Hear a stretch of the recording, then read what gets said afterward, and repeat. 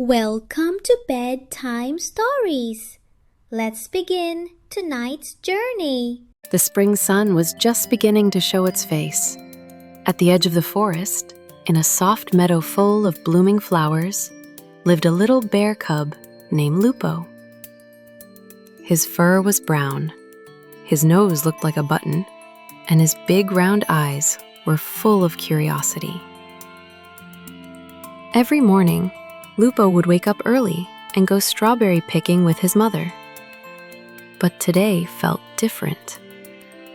There was an unexplainable excitement in his heart. "Today, I want to go on a journey all by myself," he told his mother. She smiled gently. "Start with small steps," she said, "but be careful." Lupo nodded and set off. The meadow was bursting with colors: yellow daisies, purple lavender, and blue forget-me-nots. Lupo began his walk by counting the colors. The ground was warm under his paws, bees buzzed around, and butterflies danced in the air beside him. Suddenly, a sound came from the bushes. Lupo froze. His heart started to pound. For a moment, he thought about going back. But then he took a deep breath. "I'm a brave little bear," he whispered. And slowly, he stepped closer. Out from the bushes came a tiny, frightened hedgehog. "Hello," Lupo said kindly. "You don't need to be scared." The hedgehog gave a shy smile. "I'm lost," he said softly. "I can't find my way home." Lupo opened his arms. "Let's find it together," he said. "I'm already on an adventure." The hedgehog's eyes lit up, and he followed closely behind Lupo.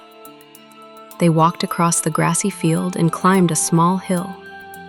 From there, they could see the whole meadow. The hedgehog described a big rock near his home. But there was a problem. The path to the rock crossed a small stream, and the water was flowing a bit fast. The hedgehog stepped back. "I'm afraid of water," he said. Lupo paused. He had never stepped into water alone either. But then he looked at his new friend.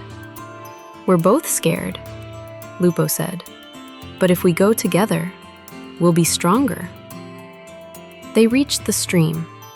Lupo stepped in first, carefully walking on all fours. "See? It's not deep," he said.